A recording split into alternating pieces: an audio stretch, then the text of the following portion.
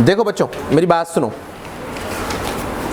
हमने secondary oocyte का development पढ़ा बाय oogenesis, हमने स्पर्म का फॉर्मेशन पढ़ा by spermatogenesis. Now we will discuss about fertilization. Fertilization के सारे पॉइंट्स सुनो। The fusion of male and female gamete is known as fertilization. The fusion of male and female gamete is known as fertilization. Human being में fertilization oviduct में होता है। Oviduct means fallopian tube, और oviduct के किस part में होता है? एम्पुला। कहाँ होता है? हम उस पॉइंट को बोलते हैं एम्पुलरी जंक्शन। क्या बोलते हैं बच्चों? तो इन human being the process of fertilization complete in ampullary junction of oviduct या fallopian tube।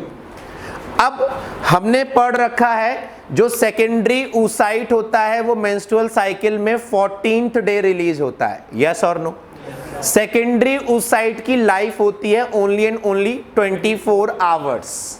यस और नो? अब अगर उसी टाइम पर स्पर्म्स एंटर करते हैं फीमेल जेनाइटल ट्रैक्ट में, तब तो प्रोसेस होगी फर्टिलाइजेशन की, अदरवाइज प्रोसेस नहीं होगी। That means all type of copulation do not leads to fertilization. Fertilization only when take place when sperm and ova और secondary oocyte will release simultaneously. Clear ये point? Sperms की life कितने दिन की होती है?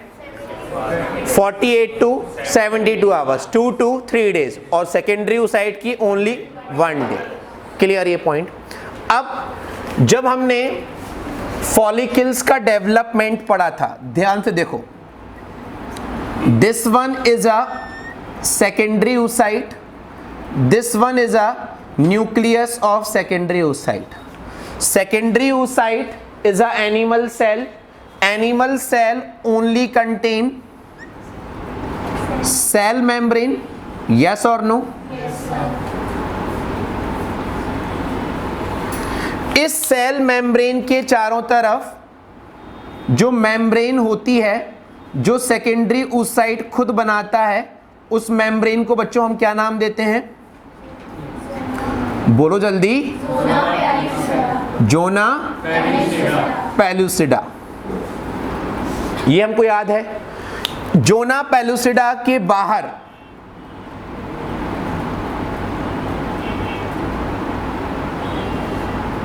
जो एक और लेयर होती है, that layer is known as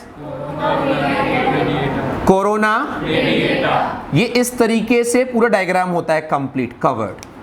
this layer is known as corona radiata. Corona clear ये पॉइंट? कोरोना रेडिएटा के चारों तरफ फ्लूइड प्रेजेंट होता है, जिसके लिए हम वर्ड यूज करते हैं matrix, ground matrix. Matrix means fluid, matrix means fluid. तो जब सेकेंडरी oocyte ग्राफियन फॉलिकल से बाहर निकलता है तो जोना पेलुसिडा, कोरोना रेडिएटा और कुछ ग्राउंड मैट्रिक्स के साथ वो बाहर निकलकर पहुंचता है कहां पर? ओविडक्ट में। ओविडक्ट के किस पार्ट पर? Ampullary junction. क्लियर ये पॉइंट? अब जब फीमेल जेनाइटल ट्रैक्ट में स्पर्म्स एंटर करते हैं, during one ejaculation how many sperms enter? 200 to 300 million sperms. Yes और नो? फीमेल जेनाइटल ट्रैक्ट में प्रेजेंट होती हैं WBCs which perform phagocytosis of sperm, which perform phagocytosis because sperm act as a foreign particle. Sperm act as a because it contain how many chromosomes? Either it contain 22 plus X or 22 plus Y. Now listen. When sperms enter into female genital tract, then secretion of female genital tract activate the sperm. Secretion of female genital tract activate the sperms. Sperms के चारों तरफ जो plasma membrane होती है, जो covering होती है, वो हट जाती है। And this activation of sperm, this final activation of sperm is known as capacitation. क्या कहलाता है? फर्स्ट कैपेसिटेशन कहां हुआ था? एपिडिडाइमिस। कहां हुआ था? फाइनल कैपेसिटेशन कहां होता है? Female genital tract. कहां होता है? Before capacitation sperms can't fertilize ovum. Sperm will undergo capacitation before fertilization. तो फर्टिलाइजेशन का फर्स्ट स्टेप क्या है? कैपेसिटेशन। अब जैसे ही ये स्पर्म कांटेक्ट में आएगा इस ओवा के ग्राउंड मैट्रिक्स के, नाउ स्पर्म के टिप पर क्या प्रेजेंट होता है? क्या प्रेजेंट होता है? एक्रोसोम। Acrosome contain enzymes. कौन कौन से enzymes? The first enzyme is known as hyaluronidase. Hyaluronidase जो होता है बच्चों, that break ground matrix. Second enzyme कौन सा रिलीज होता है? No, corona penetrating enzyme, that is known as corona penetrating enzyme. ये कौन सी मेम्ब्रेन को ब्रेक करेगा? Corona radiata. कौन सी मेम्ब्रेन को ब्रेक करेगा? अब ध्यान से सुनो, द थर्ड एंजाइम इज जोनालाइसिन। जब ये प्रोसेस चलती है, एक्रोसोम से एंजाइम्स रिलीज होते हैं for the breakdown of different membranes of ovum और secondary oocyte। This process is known as acrosomal reaction. क्या कहलाता है? Acrosomal reaction. तो first step before fertilization is known as, second step is known as acrosomal reaction. Now this sperm comes in contact with Zona pellucida. Yes or no? Zona pellucida contains some specific receptors that is known as ZP3. अगर ZP3 option में नहीं है तो मिलेगा ZP2. That is a receptor which receive sperm. Clear this point? ध्यान से सुनना, जैसे ही स्पर्म जोना पेलुसिडा के कांटेक्ट में आया, स्पर्म जोना पेलुसिडा को कहां कांटेक्ट में आएगा? जहां पर क्या प्रेजेंट होगा? ZP3 receptor. जैसे ही स्पर्म ZP3 रिसेप्टर से अटैच होगा, स्पर्म के एक्रोसोम से क्या रिलीज होगा? Zonalysin. That will break a small part of zona pellucida. Clear this point? Now listen, just below the membrane, just below the cell membrane, some specific granules are present in secondary oocyte. These granules are known as cortical granules. क्या कहलाते हैं? cortical granules. ये granules जैसे ही sperm zona pellucida के contact में आता है, ये ग्रेन्यूल्स बाहर निकलते हैं। बाहर निकलकर ये ग्रेन्यूल्स कुछ एंजाइम की हेल्प से इस जोना पेलुसिडा को एक थिक मेम्ब्रेन में कन्वर्ट कर देते हैं, सो दैट दूसरे स्पर्म्स अंदर एंटर ना कर सके। समझ में आई मेरी बात? क्या बोला मैंने?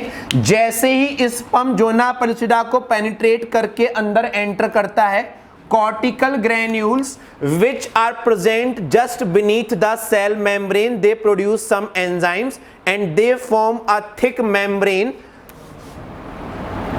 That membrane is known as fertilization membrane. तो बेसिकली जो फर्टिलाइजेशन मेम्ब्रेन है वो किस मेम्ब्रेन का मॉडिफिकेशन है? Zona pellucida. That zona pellucida और fertilization membrane prevent the entry of other sperms, that is called polyspermy, that prevent polyspermy, so that बहुत सारे स्पर्म्स अंदर एंटर ना कर सके। और ये प्रोसेस मिली सेकेंड्स में भी नहीं, नैनो सेकेंड्स में होती है, क्योंकि इतने सारे स्पर्म्स जा रहे हैं। अगर 2 स्पर्म भी साइमल्टेनियसली कांटेक्ट में हैं, जैसे ही पहला वाला स्पर्म कांटेक्ट में आएगा, दूसरे स्पर्म्स की एंट्री रोक दी जाएगी। समझ में आई मेरी बात? हम पढ़ते हैं फर्टिलाइजेशन मेम्ब्रेन बनती है when you will go for college, वहां पर आपको बताया जाएगा, जैसे हमने 11th में पढ़ा था, नर्व कंडक्शन होता है, सोडियम पोटेशियम आयंस का एक्सचेंज होता है, यस और नो। सिमिलरली जैसे ही यहां पर स्पर्म कांटेक्ट में आता है, यहां पर जोना पेलुसिडा के अलोंग सोडियम पोटेशियम आयंस का एक्सचेंज होता है, जिससे कि वो रास्ता ब्लॉक हो जाता है for the entry of other sperms. धीरे धीरे क्या बन जाती है? Fertilization membrane. जब सोडियम पोटेशियम आयंस की वजह से रास्ता ब्लॉक होता है, that is called fast block, that is called, और जब फर्टिलाइजेशन मेम्ब्रेन ब्लॉक करती है, that is called slow block. But हमारे लेवल पर उतना है नहीं, तो हम जस्ट स्टडी करते हैं कि कौन सी मेम्ब्रेन बनती है। क्लियर ये पॉइंट? अब देखो, जब स्पर्म्स ओवा इस मेम्ब्रेन को टच करेगा, सेकेंडरी oocyte की सेल मेम्ब्रेन को टच करेगा, इस सेकेंडरी oocyte में सेकेंड मियोसिस कंप्लीट होगा। समझ में आ रही है मेरी बात? जब सेकेंड मियोसिस कंप्लीट होगा, तो वो सेकेंडरी oocyte किस में कन्वर्ट हो जाएगा? ओवम। किस में कन्वर्ट हो जाएगा? ओवम। अब जब ओवम और स्पर्म का फ्यूजन होगा, ओवम और स्पर्म का जब फ्यूजन होगा, तो उस प्रोसेस को हम क्या नाम देते हैं? सिनगैमी या फिर फर्टिलाइजेशन। यहां पर 2 वर्ड्स याद रखो। जब ओवम एंड स्पर्म के साइटोप्लाज्म का फ्यूजन होगा, तो उस प्रोसेस को, उस सिनगैमी को हम क्या बोलेंगे? प्लाज्मोगैमी। और जब उनके न्यूक्लियस का फ्यूजन होगा, तब हम उसको बोलेंगे कैरियोगैमी। क्या बोलेंगे? कैरियोगैमी। ये हमने फंजाई में पढ़ा था। जब 2 सेल्स के साइटोप्लाज्म फ्यूज करते हैं, दैट इज कॉल्ड प्लाज्मोगैमी। जब इनका न्यूक्लियस फ्यूज करेगा, then it is called karyogamy. और जब न्यूक्लियस के अंदर के क्रोमोसोम्स फ्यूज करेंगे, chromosomes of ovum and chromosomes of sperm, then this process is known as amphimixis. ये वर्ड अब हमें याद रखना है, क्या कहलाता है? एम्फीमिक्सिस। तो एम्फीमिक्सिस का मतलब है सेक्सुअल रिप्रोडक्शन के टाइम पर मेल और फीमेल गैमीट के क्रोमोसोम्स का फ्यूज होना, मिक्स होना। अगर स्पर्म में 22+X क्रोमोसोम है, ओवम में भी कितने होंगे? Child will be girl, female child will be there. अगर स्पर्म में 22+Y क्रोमोसोम होंगे, male child will be there. That means जब जाइगोट बनता है, जब स्पर्म का फ्यूजन होता है, at the time of formation of zygote sex determination take place in human being. Clear this point? वो जो होता है ना, सासू माँ कुछ कुछ खिलाती हैं ताकि लड़का लड़की में, लड़की लड़के में कन्वर्ट हो जाए, ऐसा कुछ नहीं होता। अगर स्पर्म्स X वाला जाएगा तो चाइल्ड विल बी फीमेल, और Y वाला जाएगा तो child will be male. Means जो बेबी होने वाला है उसका डिटर्मिनेशन जाइगोट के टाइम पर हो चुका होता है। Understood? That means in human being determination of sex takes place at the time of formation of zygote. Understood? ये सारे पॉइंट समझ में आए? लिखो heading fertilisation.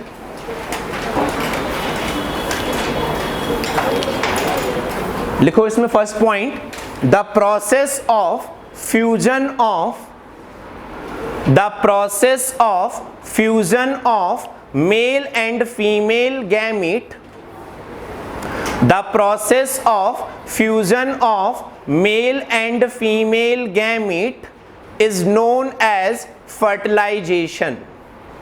The process of fusion of male and female gamete is known as fertilization. Bracket में लिख लो syngamy. Write down next point. In human being,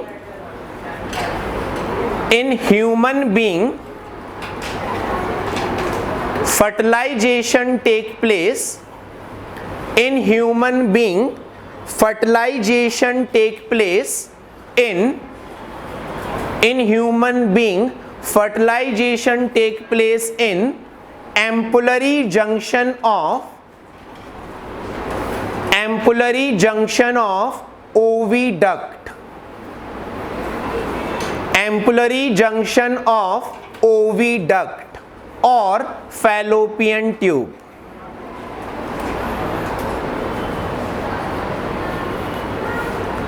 Write down next point.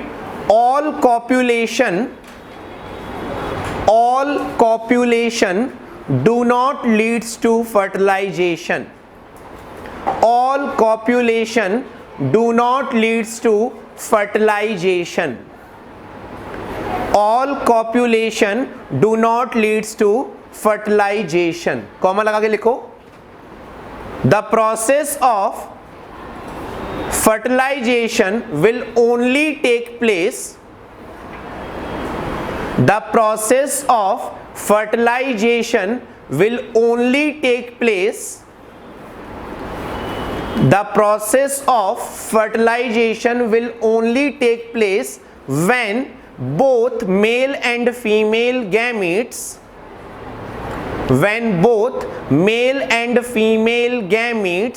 are released.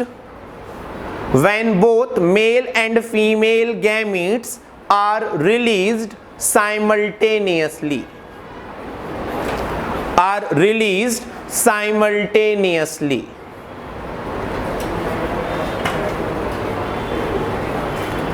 लिखो next point.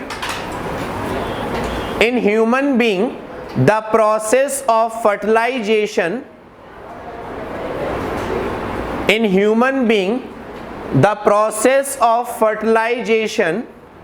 complete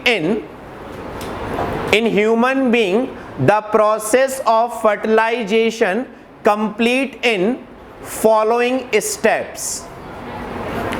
The process of fertilization complete in following steps.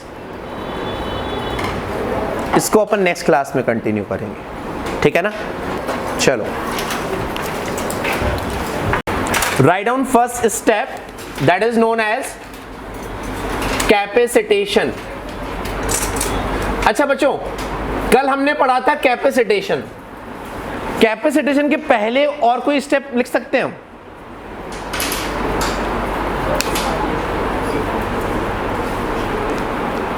Capacitation के पहले कोई और step लिख सकते हैं हम लोग? लिखो फर्स्ट स्टेप इंसेमिनेशन. लिखो फर्स्ट स्टेप इंसेमिनेशन.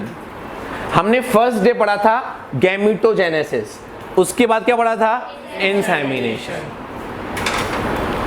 लिखो इसमें the transfer of sperms, bracket में लिखना semen. The transfer of sperms, bracket में लिखो semen, into female genital tract. The transfer of sperms, that is semen, into female genital tract is known as insemination.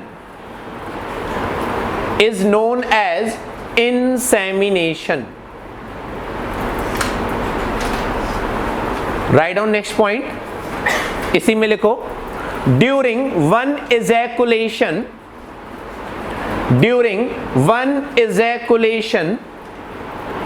around 200 to 300 during one ejaculation around 200 to 300 million sperms, 200 to 300 million sperms enter into the tract.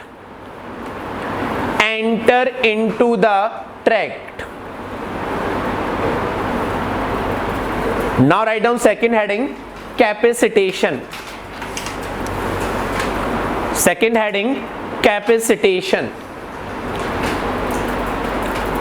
In this write down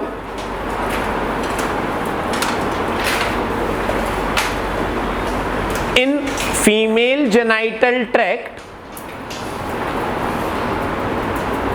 in female genital tract, the plasma membrane of sperm, the plasma membrane of sperm is removed. In female genital tract, the plasma membrane of sperm is removed, and this process is known as capacitation. This process is known as capacitation. ये question NEET exam में आया हुआ है 2-3 साल पहले कि final capacitation कहाँ होता है, तो that is inside the female genital tract. Right down next heading. Capacitation के बाद जो स्पर्म पहुंचेगा उसका एक्रोसोम एंजाइम रिलीज करेगा, कल हमने पढ़ा था, और उस प्रोसेस को हम क्या कहते हैं बच्चों? Acrosomal reaction. क्या बोलते हैं? Acrosomal reaction. तो just write down next heading, acrosomal reaction.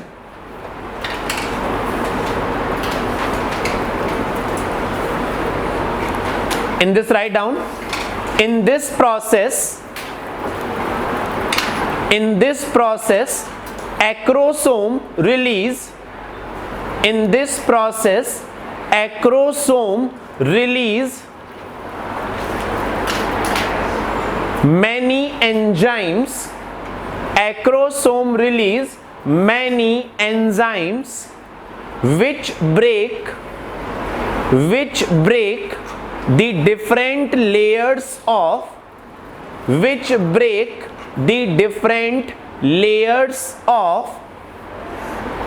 secondary oocyte, which break the different layers of secondary oocyte. Clear ये point? Write down next point, hyaluronidase enzyme, hyaluronidase break ground matrix, enzyme hyaluronidase break ground matrix,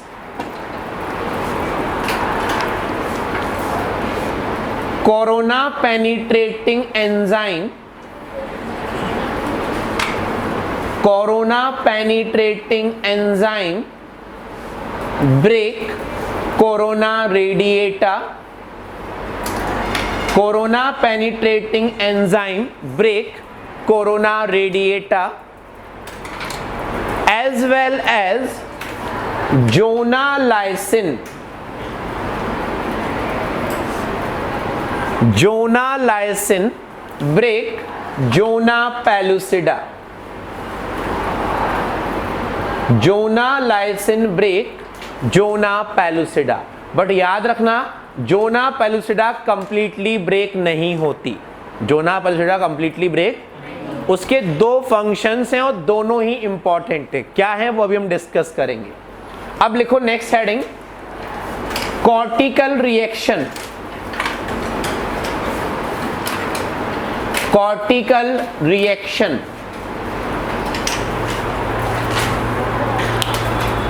next process लिखो cortical reaction.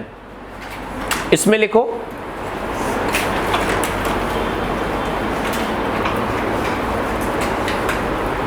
sperm comes in contact with zona pellucida, sperm comes in contact with zona pellucida by attaching with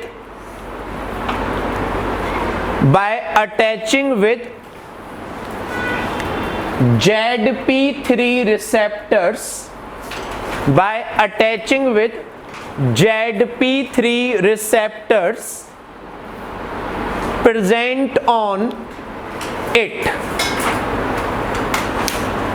ZP3 receptor present on it. Write down next point. As soon as sperm attach with these receptors, as soon as sperm attach with these receptors, comma लगा के लिखना, cortical granules which are present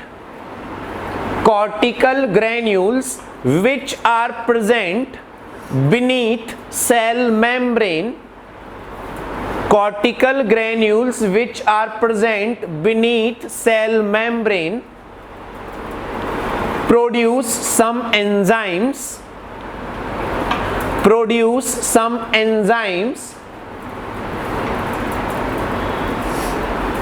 which harden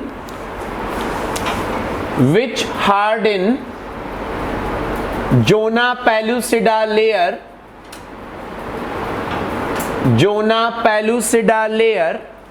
and form, which hardens zona pellucida layer and form fertilization membrane,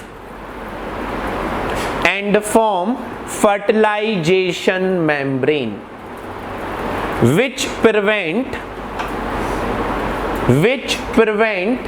polyspermy.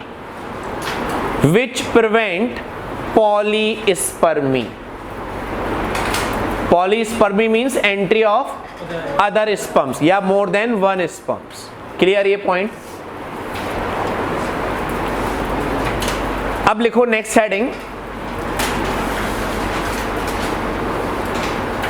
amphimixis.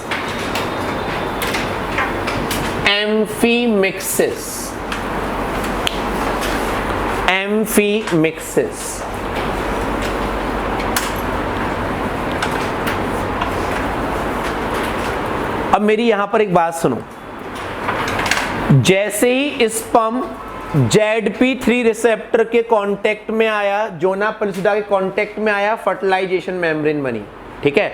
अब sperm आता है secondary oocyte की cell membrane के contact में,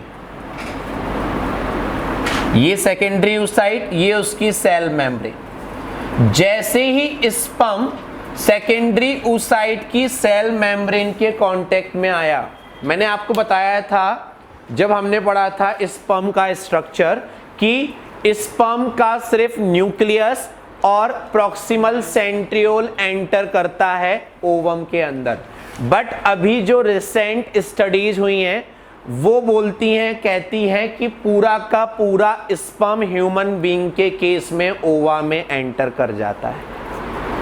समझ में आई मेरी बात? तो अगर कभी इस सॉल्यूशन, इस कंसेप्ट को लेकर कभी क्वेश्चन आता है कि स्पेशली इन ह्यूमन बीइंग, तो हमें वहां पर आंसर लिखना है कंप्लीट स्पर्म। समझ में आई मेरी बात? यस और नो? कई सारे एनिमल्स में अभी भी ये डिफाइन नहीं है, तो वहां हम लेकर चलते हैं कि प्रॉक्सिमल सेंट्रियोल तक ही स्पर्म एंटर करता है, बट ह्यूमन बीइंग में complete sperm enter inside the secondary oocyte। और जैसे ही स्पर्म कांटेक्ट में आता है सेकेंडरी oocyte के, इसमें कौन सा डिवीजन कंप्लीट होता है? मियोसिस, और क्या बनता है? ओवम, या फिर जिसको हम क्या बोलते हैं? Egg cell. क्या बोलते हैं? लिखो इसमें एम्फीमिक्सिस में, as soon as sperm comes in a contact with, as soon as sperm comes in a contact with, as soon as sperm comes in a contact with cell membrane, comma लगा के लिखो, secondary oocyte complete its second meiosis, secondary oocyte complete its second meiosis and produce secondary oocyte complete its second meiosis and produce ovum. लिखो next point, the fusion of male nucleus and female nucleus, the fusion of male nucleus and female nucleus is known as karyogamy. The fusion of male nucleus and female nucleus is known as karyogamy, and the mixing of their chromosomes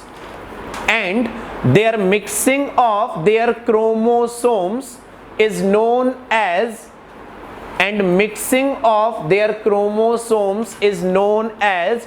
amphimixis.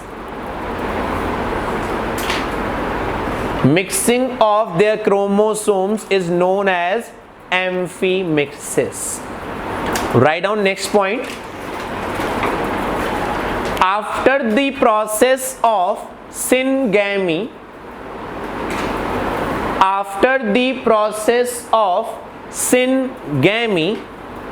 a diploid structure is developed.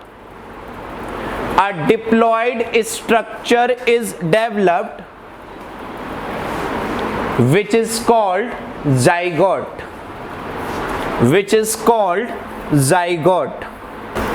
Write down next point. In human being,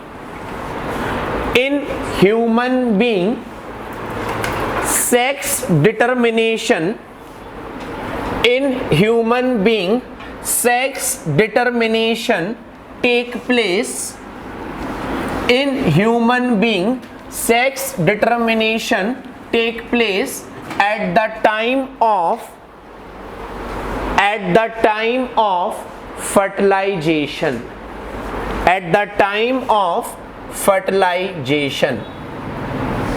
If sperm containing 22 plus X chromosome will fuse with ovum contain 22 plus X. अगर sperm और ovum का fusion है having X chromosome,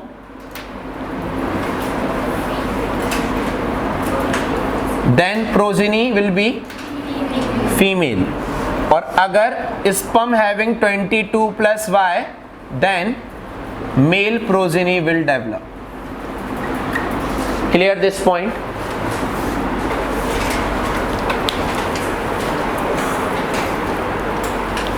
Development of zygote, that is known as cleavage. देखो ध्यान से सुनो, जब हम बात करते हैं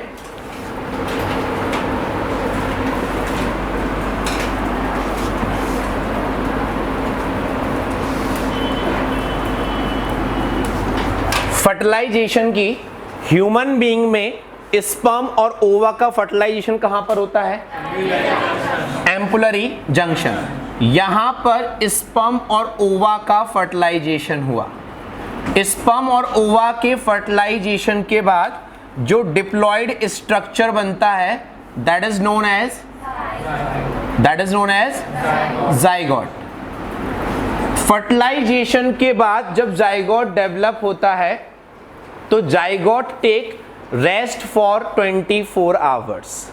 उतने टाइम में वो अपने आप को प्रिपेयर करता है for further divisions. Zygote take rest for 24 hours या 1 डे. उसके बाद जाइगोट डिवाइड करना स्टार्ट करता है. जाइगोट में जो ये डिवीजन हो रहा है that is basically similar to mitosis but not exactly mitosis. इसीलिए ये सिमिलर माइटोटिक जो डिवीजन हो रहा है that is known as cleavage. अब क्या डिफरेंस होता है नॉर्मल माइटोसिस और क्लीवेज माइटोसिस में? जैसे यहां पर एक सेल है, इसमें डिवीजन हुआ, यहां एक सेल बनी, यहां एक सेल बनी. ठीक है, सपोज यहां पर साइटोप्लाज्मिक कंटेंट है 5 ml. जब माइटोसिस होता है तो दोनों सेल्स का साइज सेम बनता है, यस और नो। अब यहां पर न्यूक्लियस का साइज है 5 माइक्रोन या डीएनए कंटेंट है 5 माइक्रोन। यहां पर भी कितना होगा, यहां पर भी कितना होगा, दिस इज नॉर्मल माइटोसिस, ठीक है। अब अगर इसमें क्लीवेज हो रहा है तो क्लीवेज के बाद जाइगोट का जो ओवरऑल साइज था वो सेम है और उसी सेम साइज के अंदर 2 सेल्स हैं, यस और नो। तो अब यहां पर साइटोप्लाज्म कितना होगा, बट यहां पर न्यूक्लियस का कंटेंट कितना हो जाएगा, 10 माइक्रोन हो जाएगा, यस और नो।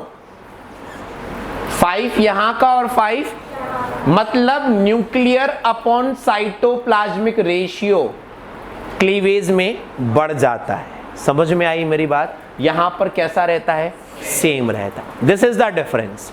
सेकेंड थिंग, जब भी माइटोसिस होता है इंटरफेज होती है, कौन कौन सी फेजेस होती है इंटरफेज में, G1 फेज, देन बट जब क्लीवेज होता है ना ही G1 होती है ना ही G2 होती है, सिर्फ कौन सी फेज होती है, S फेज। थर्ड डिफरेंस सुनो, जब क्लीवेज होता है तो डिवीजन इतना रैपिड होता है कि यहां पर ऑक्सीजन की डिमांड ज्यादा होती है in comparison to normal mitosis, in comparison to. तो nuclear cytoplasmic ratio, demand of oxygen और फेज ऑफ इंटरफेज या ड्यूरेशन ऑफ इंटरफेज, ये 3-4 डिफरेंस होते हैं नॉर्मल माइटोसिस और क्लीवेज में। ये जो 2 सेल्स बनती हैं इनको हम नाम देते हैं ब्लास्टोमियर्स। क्या नाम देते हैं, सुनना ध्यान से। अब अगर यहां पर फर्दर डिवीजन हुआ तो 2 cell will divide to form how many cells, 4 cells. यहां पर ध्यान देना बच्चों, देखो यहां जाइगोट बना, जाइगोट से कितनी सेल्स बनी, 2। अगर ये दोनों सेल्स आपस में सेपरेट हो जाएं इसी टाइम पर, दोनों सेल से 2 चाइल्ड डेवलप होंगे, यस और नो। दैट मींस जब हम बात करते हैं ना ट्विंस की, तो ट्विंस का केस यहां डेवलप होता है। अगर ये दोनों ब्लास्टोमियर्स अलग अलग चाइल्ड को डेवलप कराएंगी तो वहां पर जो ट्विंस होंगे दे आर आइडेंटिकल ट्विंस। कैसे होंगे, या तो दोनों गर्ल्स होंगे या तो दोनों बॉयज होंगे, और उनका जीनोम, उनका डीएनए एग्जैक्टली सेम होगा। समझ में आई मेरी बात। हमारे अर्थ पर जितने भी लोग हैं, जितने भी ह्यूमन बींग्स हैं, हम सबको डिफरेंशिएट कर सकते हैं on the basis of DNA fingerprinting, on the basis of, but identical twins separate नहीं किए जा सकते। मतलब एक क्राइम कर रहा है तो दूसरा सेफ है। समझ में आ रही है मेरी बात, यस और नो, क्लियर ये पॉइंट। हो सकता है यहां पर डिवीजन ना हो, यहां पर 4 सेल सेपरेट हो जाएं, 2 twins, 2 pair of twins, sorry. समझ में आई मेरी बात। टोटल 4 चाइल्ड और all 4 child will be either female और मेल। क्लियर ये पॉइंट। ये कैसे होते हैं, आइडेंटिकल ट्विंस। कैसे होते हैं, नॉन आइडेंटिकल ट्विंस कब डेवलप होते हैं, या तो सेम ओवरी से एक टाइम पर 2 ओवा रिलीज हो, या एक इस ओवरी से ओवा रिलीज हो और एक इस ओवरी से ओवा रिलीज हो, और दोनों ओवा से जाके स्पर्म का फ्यूजन हो। तो जो स्पर्म यहां फ्यूज करेगा जरूरी नहीं है वो स्पर्म सेम यहां पर हो। अगर यहाँ 22 + x है तो यहाँ 22 + x हो भी सकता है, या फिर 22 + y। तो यहाँ पर जो ट्विंस होंगे वो कैसे होंगे, नॉन आइडेंटिकल। दोनों चाइल्ड मेल भी हो सकते हैं, फीमेल भी हो सकते हैं, एक मेल और एक फीमेल भी हो सकता है। बट जब आइडेंटिकल होते हैं तब या तो दोनों फीमेल होते हैं या दोनों मेल। क्लियर ये पॉइंट। जो आइडेंटिकल ट्विंस होते हैं they are called maternal twins, जो नॉन आइडेंटिकल होते हैं they are called paternal twins. समझ में आई मेरी बात, यस और नो। अब देखो ये 2 ब्लास्टोमियर, ये 4 ब्लास्टोमियर्स, इसके बाद स्ट्रक्चर डेवलप होता है 8 to 16 सेल्स का।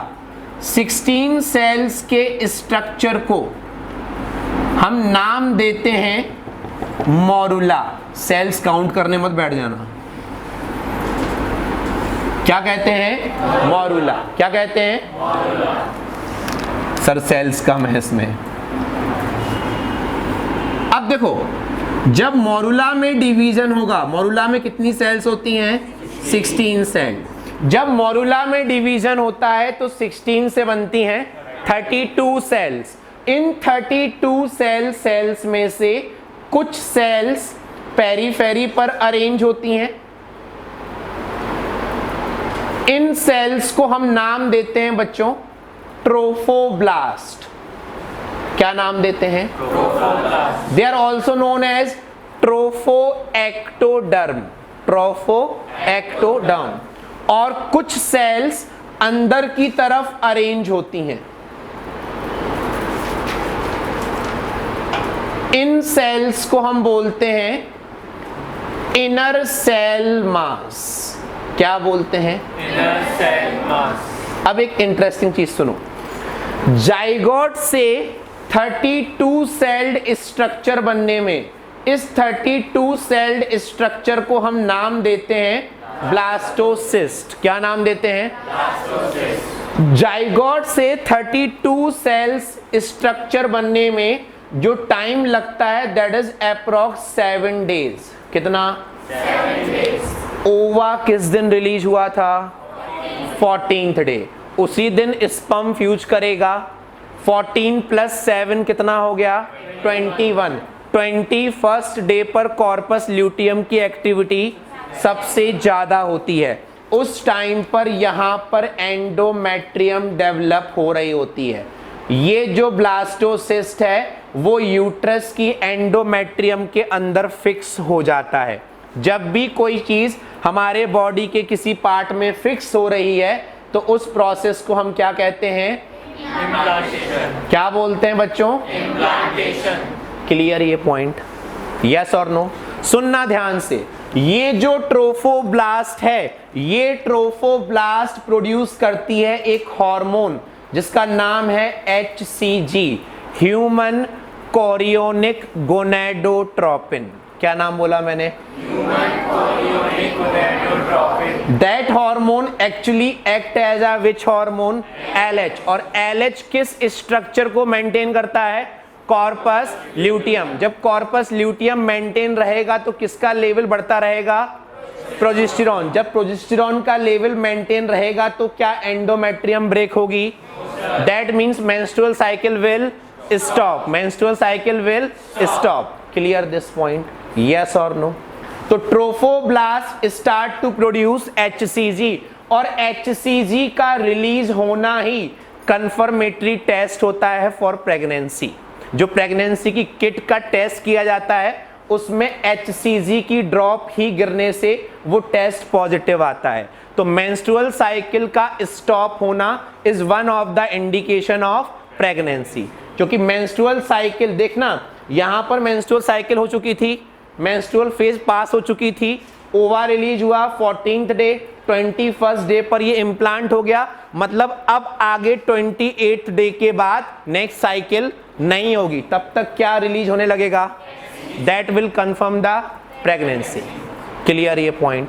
This development from zygote up to blastocyst is known as